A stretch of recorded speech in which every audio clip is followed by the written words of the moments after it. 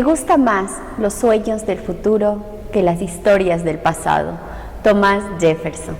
Amigos, amigas, bienvenidos a una emisión más de Tungurahua tiene la palabra, en donde damos a conocer semana a semana las actividades que desde la Asamblea Nacional en el área legislativa y en el territorio, en la función de fiscalización, se puede hacer en beneficio de los ecuatorianos y de los tungurahuenses. Bienvenidos a la emisión número 171 de esta rendición de cuentas que sin lugar a dudas nos permite ayudar, apoyar y por supuesto mantener informados a todos quienes nos escuchan y quienes nos siguen cada semana. ¿Cómo estás, Paulo César? Muy bien, asambleísta, muchísimas gracias a toda la teleaudiencia que se sintoniza con este compromiso con la democracia que es Tungurahua tiene la palabra. En la sesión número 363 del Pleno de la Asamblea Nacional se debatió el primer informe del proyecto de reformas a la Ley de Economía Popular y Solidaria.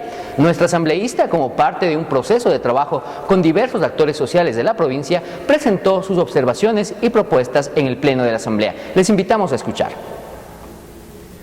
Sin embargo, voy a mencionar las que considero más importantes, fundamentalmente porque se refiere a un trabajo conjunto realizado por los migrantes de mi provincia de Tungurahua, realizado por la Federación de Taxis, conjuntamente con el compañero César Martínez y con Jorge Calderón, y también una propuesta que se refiere a un trabajo realizado con la Organización de Cooperativas a nivel nacional, tomando en consideración que la propuesta del Sistema Financiero Popular y Solidario que consta dentro de esta importante ley, pues fue trabajado como una propuesta de varios asambleístas que presentamos, planteamos y consideramos de que al no estarse ejecutando de una manera adecuada la ley es necesario hacer cambios fundamentales.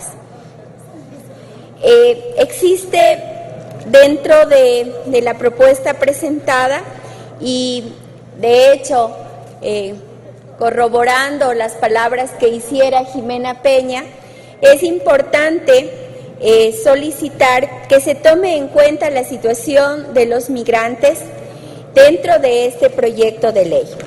Y me refiero principalmente a lo que tiene relación al literal K, en donde nosotros consideramos que debe incluir dentro de la ley la generación de condiciones sociales, económicas, que posibiliten el emprendimiento para la comunidad migrante que retorna al país y para las personas que se encuentran en una situación de movilidad humana.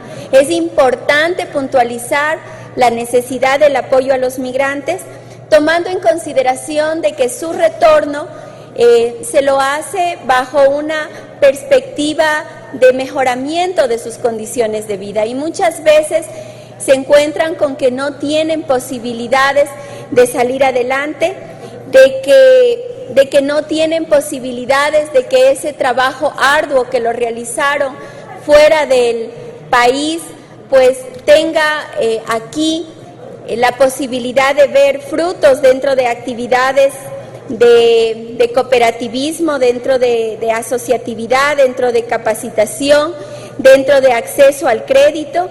Y esto debe darse como un eje transversal para lograr que los compatriotas que han sostenido la economía de la nación durante muchos años en el exterior puedan ser plenamente integrados al sistema de economía popular y solidaria.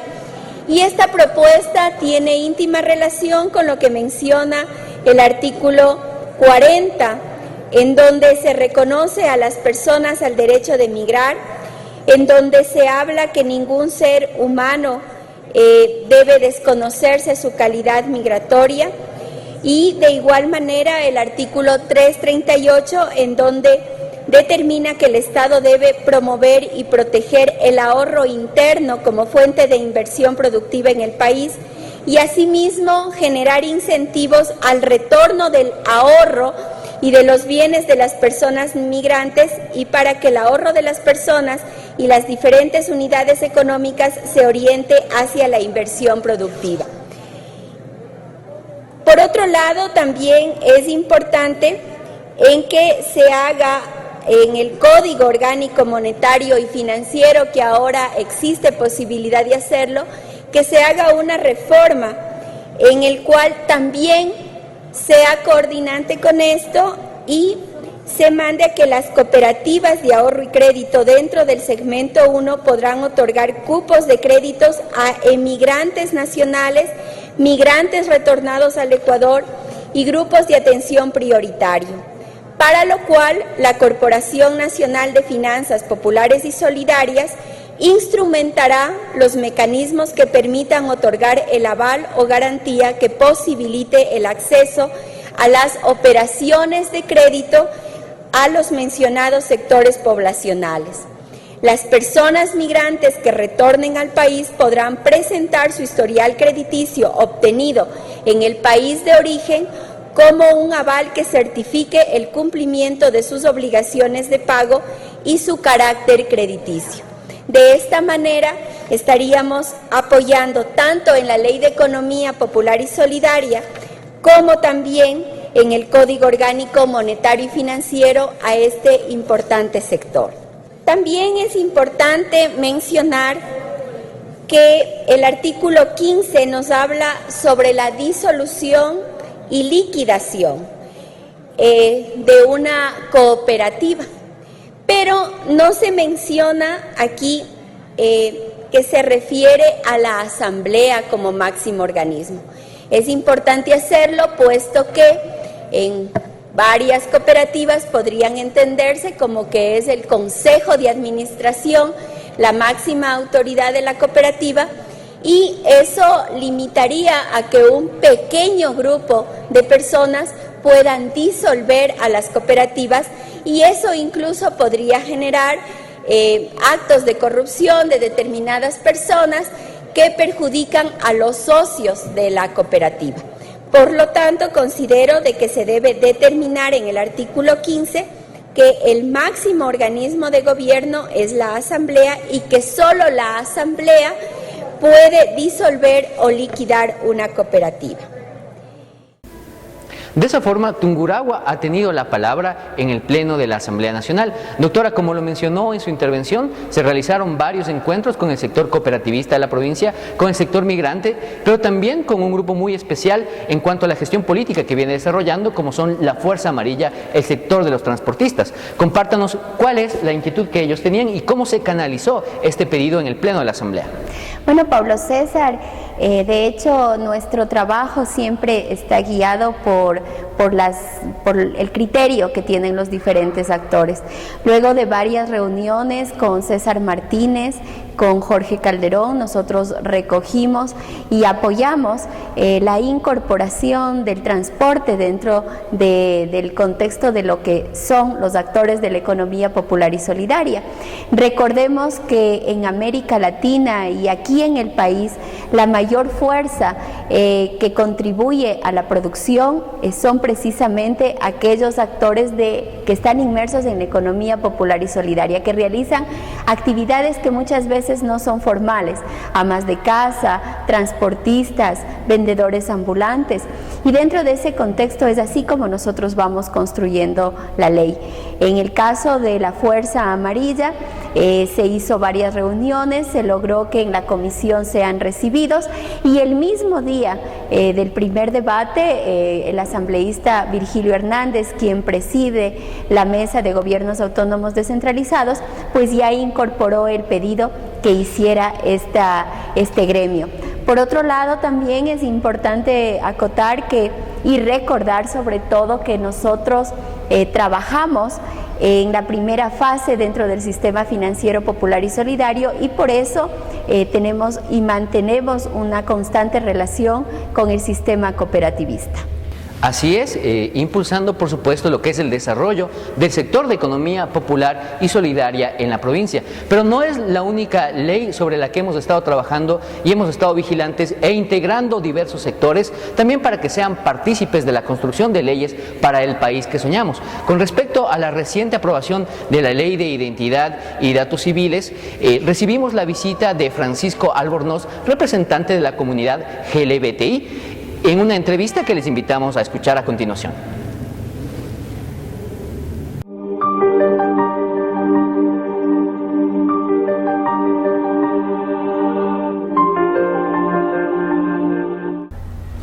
En Tungurahua tiene la palabra, nuestro segmento invitado especial. Tenemos el gusto de compartir con Francisco Albornoz. Él es representante nacional y regional de la Federación Nacional de Organizaciones LGBTI. Y con él entablaremos un diálogo acerca de la Ley de Identidad de Datos Civiles, que ha suscitado cierta polémica en la sociedad, que está rompiendo sus prejuicios y está caminando poco a poco en el avance hacia la equidad de derechos, pero siempre se da en un proceso paulatino que depende de mucha reflexión y sobre todo de mucha educación de toda la población, además por supuesto de la voluntad de aceptar lo diverso, de aceptar lo diferente, de no creer que existe un solo criterio de la verdad o de la normalidad. Precisamente por ello tenemos el gusto de dar la bienvenida en Tungurahua tiene la palabra a Francisco. Claro que sí, muchas gracias Pablo y muchas gracias mis queridos amigos televidentes. Muy buenas noches tengan ustedes. Es muy interesante hablar de este tema porque en realidad existen muchos tabúes. Es una nueva ley y ya se han hecho mitos y verdades sobre este tema. Hay que considerar, primero quiero llamar a la memoria porque es muy importante que nosotros recordemos de dónde vinimos y a dónde vamos.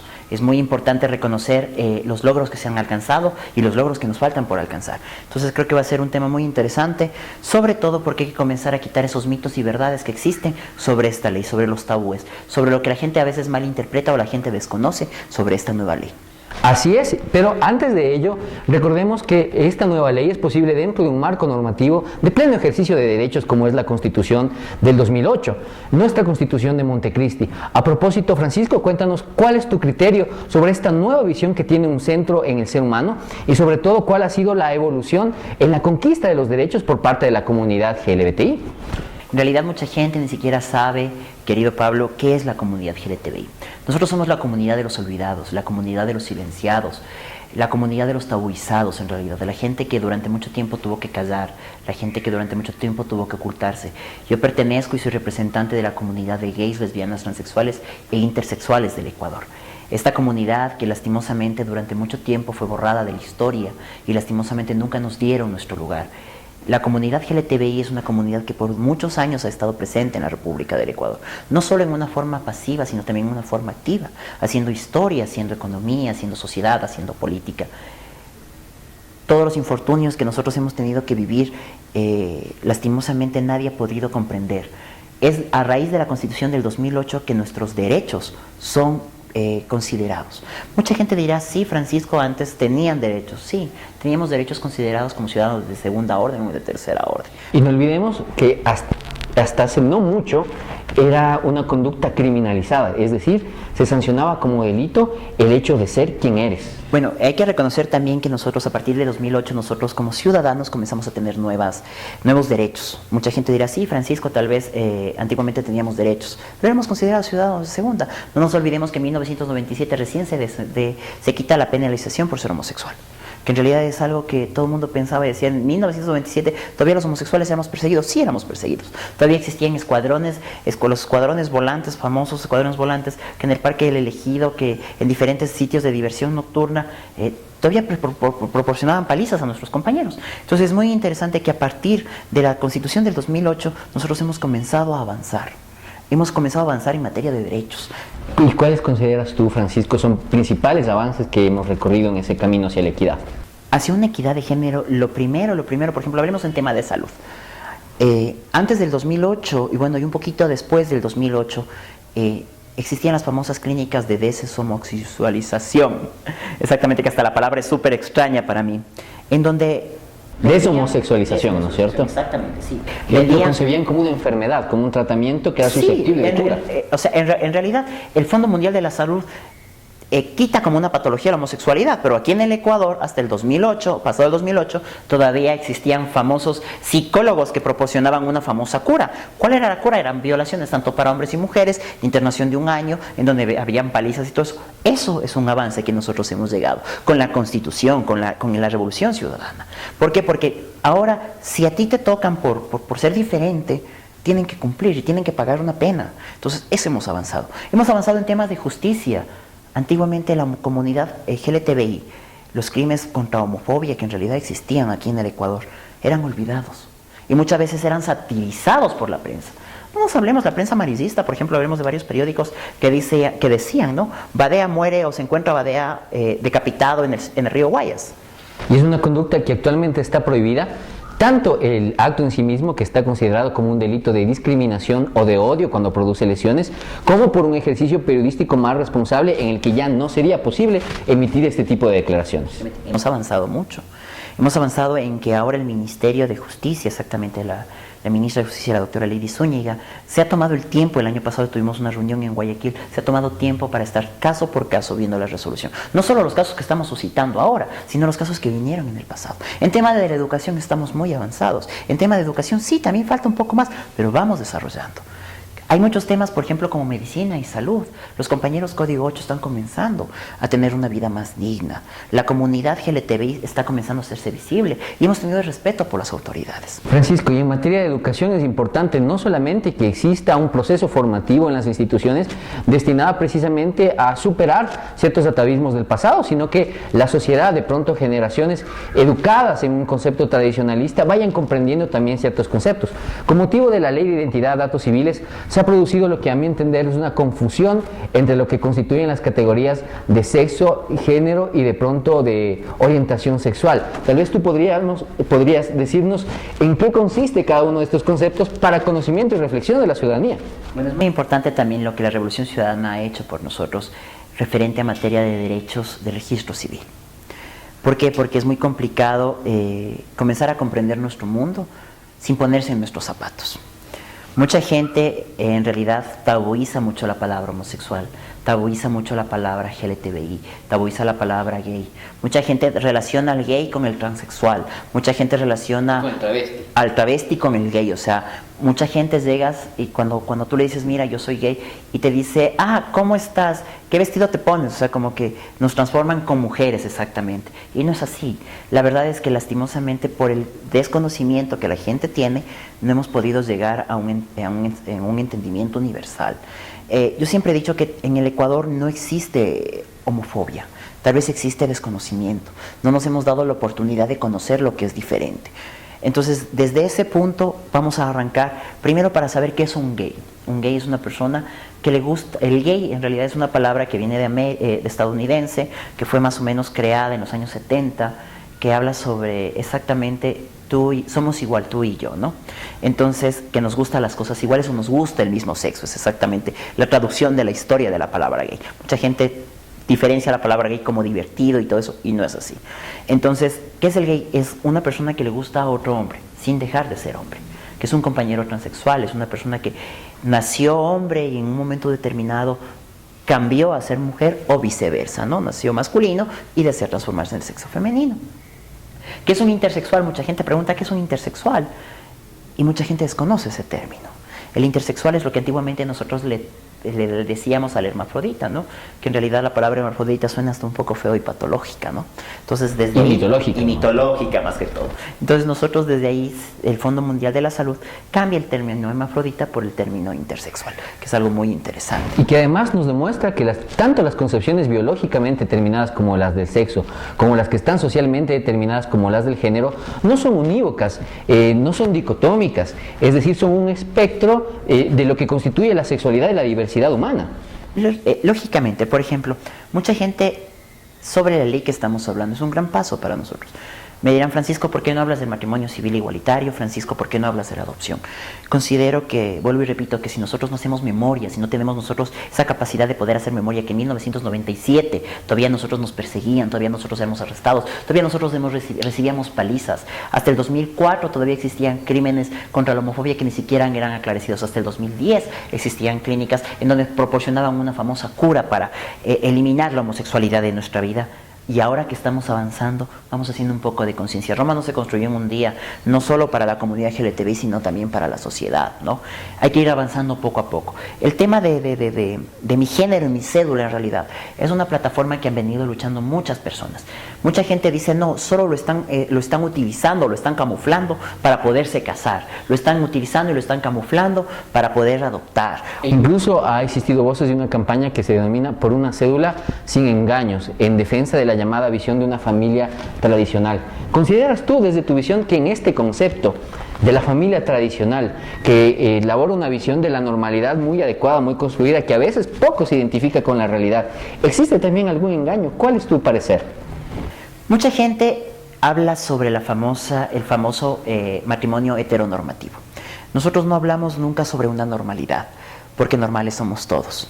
Pero mucha gente habla sobre... O diferentes somos todos en algo. Sí, diferentes somos todos en realidad. Pero la famosa heteronormativa, ¿qué te dice desde niño? El niño tiene que jugar con la pelota. El niño no puede llorar.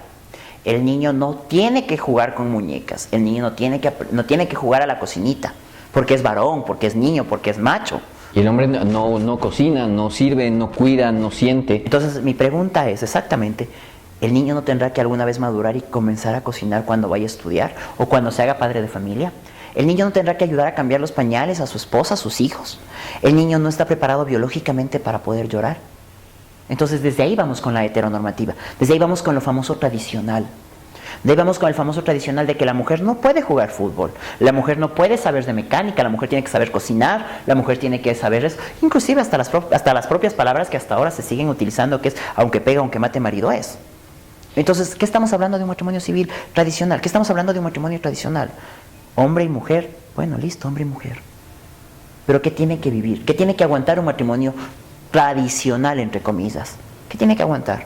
Hay matrimonios que en verdad se llevan el listón de oro, porque han llevado un matrimonio íntegro, pero ha sido una construcción diariamente de derechos, de capacidades en la cual nosotros hemos estado luchando. Y el respeto a la individualidad de dos seres humanos que deciden juntarse en matrimonio, ¿no? Ese es el éxito de una unión. Pero ¿qué pasa ahora, por ejemplo, aquí en Tungurahua, ¿no? A mí me gusta ser muy abierto. Sé que hay un grupo que está reuniendo firmas supuestamente para que veten la ley del registro civil y defienden el matrimonio civil y el matrimonio tradicional.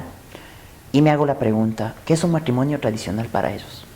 Yo he venido de un matrimonio tradicional, ¿por eso dejo de ser diferente? ¿Qué pasa, por ejemplo, con los niños? Ellos vienen de un matrimonio tradicional y cuando los abandonan en los albergues, ¿qué es un matrimonio tradicional? ¿Qué es un matrimonio tradicional si cada día nosotros vamos y nos damos una vuelta por la comisaría de la mujer y encontramos los abusos y las vejaciones que están sufriendo por los esposos las mujeres? ¿Eso es un matrimonio tradicional? ¿Eso es un matrimonio que está de acuerdo a la moral? ¿O eso es un matrimonio por conveniencia? ¿Por qué no dejar que todas las personas seamos felices? ¿Por qué no dejar que todas las personas demostremos nuestros sentimientos sin importar si somos negros, blancos, ricos, pobres, si somos gays, lesbianas, transexuales, intersexuales? Lo que pasa es que la gente no se da cuenta que nosotros, sin querer y sin pensar, nosotros podemos tener una amiga que pertenezca a la comunidad LGTBI. Podemos tener un padre que pertenezca a la comunidad LGTBI y nosotros sin enterarnos. Ahí están los famosos matrimonios tradicionales. ¿Qué es la tradición? ¿Qué es lo nuevo? Y cómo podemos cambiar y cómo podemos conservar aquellos aspectos de la tradición que edifiquen, construyan, generen lazos de afecto en los seres humanos, pero también cómo podemos superar conceptos que también vienen impuestos por la tradición, que limitan la concepción de lo diferente, que limitan el ejercicio de derechos y que sobre todo nos llenan de temores y de rechazo, de pronto no hacia lo que estamos en contra, sino hacia aquellas cosas que desconocemos. Con don Francisco hemos tenido un diálogo muy enriquecedor sobre la sociedad sociedad en la que estamos y sobre los cambios normativos que venimos enfrentando. Francisco, a nivel cultural, ¿cuál crees que es el desafío de aquí en adelante? ¿Qué nos falta como sociedad? ¿En qué debemos cambiar? ¿Cuáles son los temas y los conocimientos que deberíamos tener y poner en la palestra pública, desde luego dentro de un marco de respeto a la diversidad y a la opinión del otro? Yo creo que tenemos que comenzar a educar desde la casa. Es muy importante comenzar a educarnos desde pequeños, saber que lo diferente no es malo, saber que la gente que está a nuestro alrededor merece el mismo respeto que puede tener la gente que está más cercana a ti. Porque es más fácil insultar a alguien que tú no conoces y no insultar a un primo. Porque es más fácil insultar a una vecina y no a tu hermana, cuando tú descubres que pertenece a la comunidad diversa. Porque es más fácil. Será porque no existe un lazo, pero nosotros tenemos que ponernos en los zapatos de ellos. Como tema cultural en la provincia de Tungurahua y sobre todo en lo que es Sierra Centro, del cual yo soy representante y soy presidente, nos falta avanzar mucho en tema de machismo. Lastimosamente somos personas muy machistas, somos personas en donde el ego nuestro es yo soy macho y moriré macho. Entonces desde ahí nosotros tenemos varios problemas con violencia intrafamiliar, violencia contra la mujer, violencia contra las comunidades LGTBI. Pero vamos caminando, no todo es malo, en realidad no es todo malo. Aquí en Tungurahua hemos vivido una amalgama de muchas cosas, de muchas expresiones, gracias también al trabajo mancomunado de las autoridades, como los asambleístas que también nos han apoyado mucho durante este año. Hemos tenido grandes avances. Tungurahua es una de las provincias que, te puedo decir sinceramente que recorro todas las provincias, somos ejemplo. Somos ejemplo en desarrollo, somos ejemplo en unidad. Sí nos falta construir muchas cosas, pero en ese puente vamos caminando. Una de las grandes sorpresas que nosotros fuimos incluidos ya en el Comité de las Fiestas de las Flores de las Frutas va a ser por primera vez un acto histórico que nosotros como comunidad LGTBI públicamente abierta estemos presentes en las fiestas, que es algo muy grande. Lo vivimos ya en el desfile de la diversidad y orgullo ambateño, que se realizó más o menos en el mes de julio, en el cual por primera vez histórico en el cantón, después de 190 años de fundación, los gays, las lesbianas, los transexuales, las trabajadoras sexuales, desfilamos con nuestra alegría, con nuestro folclor por las calles de la ciudad, teniendo una dignidad, la dignidad de ser ambateños, la dignidad de ser tungurahuenses y la dignidad de poder decir somos ya ciudadanos de la República del Ecuador, porque la Constitución del 2008 nos habilita y nos da ese gran paso de ser considerados ya ciudadanos. Así es, ha sido un profundo gusto poder compartir este diálogo con Francisco Albornoz, a quien debo decir tengo el gusto de conocer desde que era un joven comprometido, lleno de ideales en el colegio, al igual que yo, y pues seguimos en este camino para construir una sociedad más justa y equitativa. Este ha sido el diálogo que hemos sostenido en Tungurahua Tiene la Palabra con Francisco Albornoz, representante de la comunidad LGBTI. Frente a una propuesta que dice una cédula sin engaños, creo que este diálogo nos ha permitido reflexionar elementos que nos permitan tener una vida sin engaños, una existencia sin engaños, porque no hay engaño ni ignorancia más grave que tener delante de nosotros una persona que comparte la humanidad, la dignidad y el respeto de lo intrínseco que vive en el ser humano y desconocerlo como lo que es, como un hermano de todos. Jean-Paul Sartre decía: el infierno son los otros, pero la verdad es que en el rostro del otro se refleja nuestra propia humanidad.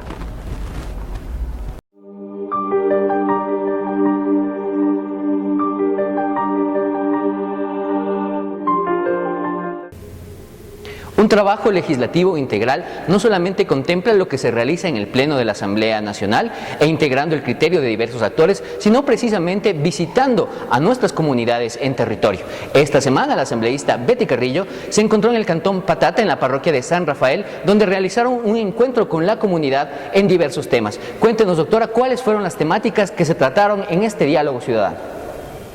Bueno, es importante que la comunidad tungurahuense sepa que una de las mejores formas de ejercer los derechos es conociéndolas, y es por eso que nuestro despacho siempre ha tenido la preocupación de ir a los sectores rurales principalmente para dar a conocer cuáles son la nueva normativa. Y bueno, si es que al estar al frente de la Comisión de los Derechos de los Trabajadores y Seguridad Social me permitió que ahora nosotros tengamos una normativa mediante la cual las personas que realizan un trabajo no remunerado dentro del hogar puedan ser afiliadas a la Seguridad Social, dando un aporte entre $2 y $48, pues es importante que la gente lo sepa. Ese fue uno de los temas, comunicar que ya no solamente tenemos la posibilidad de ser afiliados voluntarios al IES, estar afiliados al Seguro Social Campesino, que dicho sea de paso, aquí en la provincia de Tungurahua hemos tenido un gran trabajo con ese sector, sino que también ahora hay la posibilidad de que las personas que trabajan en el hogar, que representan y que producen el 15.43% del Producto Interno Bruto, pues sean reconocidas dentro de la seguridad social. También el informarles cómo es el tema de la ley de identidad y datos, de que pueden cambiarse los nombres, de que ahora existe la posibilidad de la incorporación de ese grupo minoritario, pero amplio en nuestro país, de personas que de pronto no tienen una identidad que vaya en relación con su sexualidad y que necesitan que su documento de identificación esté acorde a cómo ellos se sienten. Y precisamente sobre este tema la comunidad tenía algunas dudas que fueron aclaradas una vez que la legisladora toma el tiempo para ir a la comunidad precisamente y explicar cuál es el alcance y los beneficios en derechos que representan las leyes. Adicional a ello, esta semana la Comisión de los Derechos de los Trabajadores se reunió recibiendo la visita de la Federación Nacional de Campesinos con diversas inquietudes sobre el Seguro Social Campesino. ¿Cuál es la situación en la provincia y en la parroquia de San Rafael? Bueno, de hecho nosotros hace algunos meses pedimos dentro del tema de fiscalización que vengan funcionarios del Seguro Social Campesino. Mejoraron los centros de atención para los campesinos, los dispensarios, pero todavía se requiere un mayor trabajo. Nos comentaban en San Rafael Alto que ellos tienen ya el espacio para que se pueda construir un nuevo dispensario. El dispensario que tienen es un dispensario de madera, que de hecho cuando llueve genera inconvenientes tanto para los médicos que atienden ahí como para la población. Voy a hacer esa gestión en el transcurso de esta semana y saber a ciencia cierta si contamos o no con el presupuesto necesario para poder generar un nuevo dispensario. Recordemos que ahora el tema de salud es un tema integral, que se ha invertido muchísimo dinero en el mejoramiento, en la construcción de nuevos centros de salud que pertenecen al Ministerio de Salud Pública, nuevos hospitales. Y bueno, pero eso no quita de que un dispensario del Seguro Social Campesino pueda ser mejorado y que reúna las condiciones de dignidad que requiere nuestra gente. Y de esta manera, esta semana hemos cumplido nuestro compromiso de informar sobre la actividad de nuestra asambleísta, tanto en el ámbito de fiscalización como de propuestas a la legislación ecuatoriana y, por supuesto, lo que siempre le ha caracterizado, el trabajo en territorio junto con su comunidad.